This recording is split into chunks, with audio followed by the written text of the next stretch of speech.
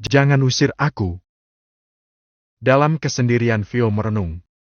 Satu-satunya orang yang terpikir saat ini hanyalah kakak sepupunya, Boy. Sebagai sahabat, ia pasti tahu kemana Raffi pergi. Ponsel itu ia raih kembali dan menghubunginya. Ya, Dek. Tumben malam-malam telepon? Sapaan Boy terdengar sesaat setelah panggilan terhubung. Kakak di mana? Tanya Vio. Di jalan mau pulang. Kenapa? Mendengar suara Vio yang serak, Boy terheran. Kamu habis nangis? Kak Raffi. Ya, Raffi kenapa? Kak Raffi ninggain aku. Aku hubungi tapi nggak aktif lagi. Kemana dia? Kakak pasti tahu, kan? Mendengar isak tangis Vio, Boy bisa menebak apa yang terjadi. Aku nggak tahu pasti. Tapi, yang ku tahu Raffi bukan orang yang suka keluyuran. Kalau nggak pulang ke rumah orang tuanya, pasti ke apartemen. Aku mau cari dia dan minta maaf. Dia lagi marah sama aku. Kak, Raffi mana bisa marah sama kamu? Boy terkekeh. Tapi, dia pergi karena kecewa. Kecewa kan bukan berarti marah. Boy menghembuskan napas panjang. Terus sekarang kamu maunya gimana? Aku mau menyusul ke tempat suamiku. Untuk pertama kali Boy mendengar Vio menyebut Raffi sebagai suami. Hal yang tidak pernah ia dengar selama ini. Yakin mau nyusul? Yakin. Jawab Vio lirih. Izin dulu sama bunda dan ayah, baru aku jemput. Tapi ayah sama bunda pasti nggak izinin keluar jam segini. Timpal Vio masih terisak. Kalau gitu besok aja ketemunya biar enak. Aku mau sekarang, Kak. Takut Kak Raffi pergi jauh. Kalau nggak mau diantar, aku akan pergi sendiri. Jangan pergi sendirian, bahaya. Boy yang sedang mengemudi itu refleks menekan pedal rem. Tunggu aku jemput. Makasih, Kak. Gini amat punya adik perempuan, ya Allah. Gerutunya dalam hati. Boy menutup panggilan dan langsung putar balik. Beruntung malam ini jalan cukup lengang sehingga sangat memudahkan. Vio memintanya menunggu tak jauh dari rumah karena tidak ingin ketahuan ayah dan bundanya. Ia tampak bersembunyi di antara dua pohon besar di sisi jalan. Begitu melihat mobil milik Boy, ia segera naik. Ini pertama kalinya aku nyulik perempuan dari rumahnya. Ujar Boy memasang wajah galak. Maaf. Cicit Vio tersenyum kecut. Mobil pun melaju menuju apartemen tempat Raffi tinggal. Beruntung Vio memiliki kartu akses yang diberikan Raffi, sehingga memudahkannya untuk langsung masuk ke gedung tersebut. Semua lampu mati. Apakah Raffi nggak kesini? Ucap Vio sesaat setelah memasuki ruangan yang gelap gulita. Mungkin di kamar. Boy langsung beranjak menuju kamar utama. Memutar gagang pelan dan membuka pintu setengah. Menghela napas lega saat melihat tubuh jangkung Raffi mengisi tempat tidur. Nah kan, suami kamu lagi tidur di kamar. Vio ikut menengok ke arah kamar dan melihat Raffi sedang terbaring dengan posisi sebelah lengan menutupi mata. Kemejanya belum diganti, lengkap dengan sepatu yang masih terpasang di kaki. Kayaknya dia kecapean sampai nggak ganti baju dan nggak sempat lepas sepatu.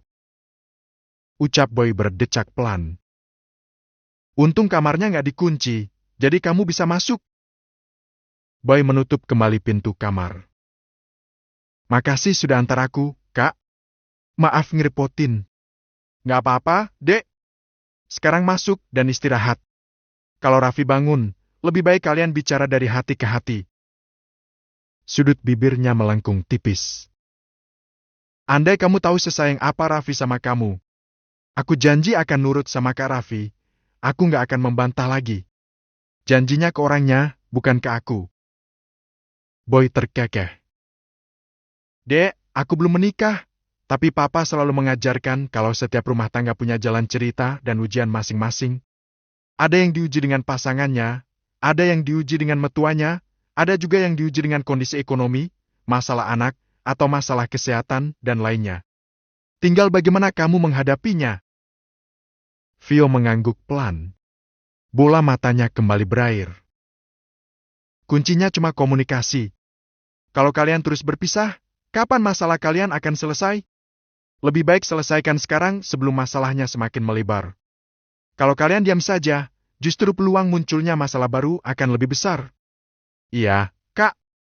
Aku mengerti. Aku pulang dulu. Bilang sama Raffi hati-hati. Trimester pertama itu rawan. Ah, kakak! Pekik Vio paham kemana arah pembicaraan kakaknya. Setelah kepergian Boy, Vio masuk ke kamar. Mendekat dan berdiri di sisi tempat tidur. Memandangi wajah suaminya yang sebagian tertutup oleh lengan. Vio baru tersadar akan pesona suaminya itu. Bahkan saat tidur pun ia masih tampak memesona dengan wajah orientalnya. Vio membuka hijab yang membalut kepala, menyisir rambut sejenak, lalu kembali mendekat dan membuka sepatu suaminya. Namun, saat melepas kaos kaki, ia merasakan suhu tubuh yang tak biasa. Kak Raffi demam? Terkejut, Vio beranjak ke atas dan menyentuh dahi suaminya. Benar, Raffi dalam keadaan demam tinggi. Hal yang membuatnya sedikit panik. Boy sudah pulang dan ini sudah larut malam, ia tidak enak jika harus merepotkannya lagi. Kak Raffi!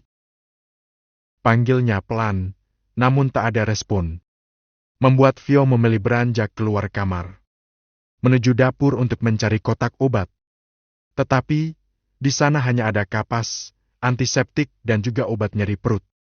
Kompres alami pun dipilih Vio sebagai media untuk menurunkan demam. Obat penurun panas akan coba ia beli dari aplikasi ojek online dengan menggunakan ponsel milik Raffi. Ya Allah, demamnya tinggi banget. Gumamnya sembari membalutkan selimut ke tubuh suaminya. Akhir-akhir ini Raffi kurang menjaga kesehatan. Masalah yang datang bertubi-tubi membuatnya stres dan kehilangan selera makan. Tak jarang ia melampiaskan dengan bekerja hingga lupa istirahat. Membuatnya kelelahan dan akhirnya jatuh sakit. Di sisi lain, Gali jadi cukup panik setelah memeriksa kamar putrinya dan mendapati kamar putrinya dalam keadaan kosong. Dia jadi panik. Ia memeriksa kamar satu persatu, termasuk kamar Adrian dan Amar. Tetapi, di sana tidak ada Vio. Ia pun mencoba menelpon penjaga rumah dan bertanya apakah Vio keluar. Namun, penjaga pun tidak ada yang melihat. Ponsel milik Raffi yang tidak aktif, dan ponsel milik Vio yang tertinggal di kamar membuatnya semakin panik. Ia langsung memeriksa rekaman CCTV untuk melihat apa yang terjadi. Vio tampak mengendap-endap keluar melewati gerbang belakang dan keluar dengan tergesa-gesa. Berjalan seorang diri hingga tak terlihat lagi dalam rekaman CCTV. Tak ada pilihan selain menghubungi Joe. Di mana Raffi? Tanya Gali sesaat setelah panggilan terhubung. Dia tidak pulang kemari. Sepertinya di apartemennya. Kenapa? Balas Joe yang terdengar menahan kantuk. Vio menghilang. Menghilang? Apa maksudnya menghilang? Suara Joe langsung ikut panik. Dia tidak ada di kamarnya. Aku periksa CCTV dan melihat dia keluar sendirian. Aku takut ini ulah Marcel lagi. Sudah hubungi Raffi? Imbuh Joe. Sudah, tapi tidak aktif. Vio tidak bawa HP. Astagfirullah, ada apa lagi ini? Desis Joe geram. Kalau begitu kita harus segera mencarinya. Aku akan suruh orang memeriksa ke rumah Marcel. Baiklah, kita bertemu sekarang. Iya, kita harus gerak cepat. Aku takut terjadi apa-apa dengan Vio. Perlahan Raffi membuka mata dan merasakan tangan melintang di atas perut. Membuatnya terkejut dan hendak menghempas tangan itu. Ia semakin terkejut setelah melihat sosok yang sedang berbaring di sisinya. Kamu? Vio yang baru terbangun itu menatap takut-takut. Maaf aku nyusul diam-diam. Kamu diantar siapa ke sini? Sama kakak Boy? Raffi melirik ke arah pintu kamar yang tertutup rapat. Terus bawa kemana? Sudah pulang. Ujarnya ragu sebab takut Raffi akan memarahi dirinya. Kenapa kesini malam-malam? Kan bisa besok. Aku nggak bisa tidur. Keingat kamu terus. Maafin aku. Tidur aja lagi, kamu lagi demam. Aku nggak akan berisik. Melihat mata istrinya yang sembab, Raffi tidak tega. Ia menghela napas panjang. Kita bicara sebentar dulu, selesaikan masalahnya, baru boleh tidur. Aku nggak mau istriku tidur dalam keadaan kecewa, apalagi nangis. Kalimat sederhana itu mampu menyesak ke dalam hati kecilnya. Vio tak dapat menahan isak tangis. Namun, tak berani memeluk suaminya. Kalau Kak Raffi keberatan aku di sini, aku akan tidur di lantai, di ruang tamu atau di mana aja, tapi jangan usir aku. Aku mau di sini. Kok diusir? Kamu mikirnya kejauhan. Sini. Tak tahan, Raffi langsung merengkuh tubuh itu hingga tak ada lagi jarak di antara keduanya. Vio membenamkan wajahnya di dada sang suami. Terisak-isak menahan tangis yang sayangnya terus terdengar. Aku minta maaf. Aku terlalu egois dan memikirkan perasaanku sendiri. Aku bukan istri yang baik. Bukan salah kamu. Aku tahu kamu juga terluka, bahkan lebih dari aku. Aku yang minta maaf karena sudah memaksa kamu malam itu sampai semuanya jadi begini. Ia mengusap rambut dan punggung wanita itu. Memeluknya erat. Tapi, kamu yakin mau memulai lagi semuanya? Ia mengangguk, hendak memeluk suaminya. Namun, tangannya langsung ditahan oleh Raffi. Jangan peluk. Kenapa? Kalau kamu yang peluk rasanya beda, aku nggak akan bisa menahannya. Biar aku aja yang peluk kamu.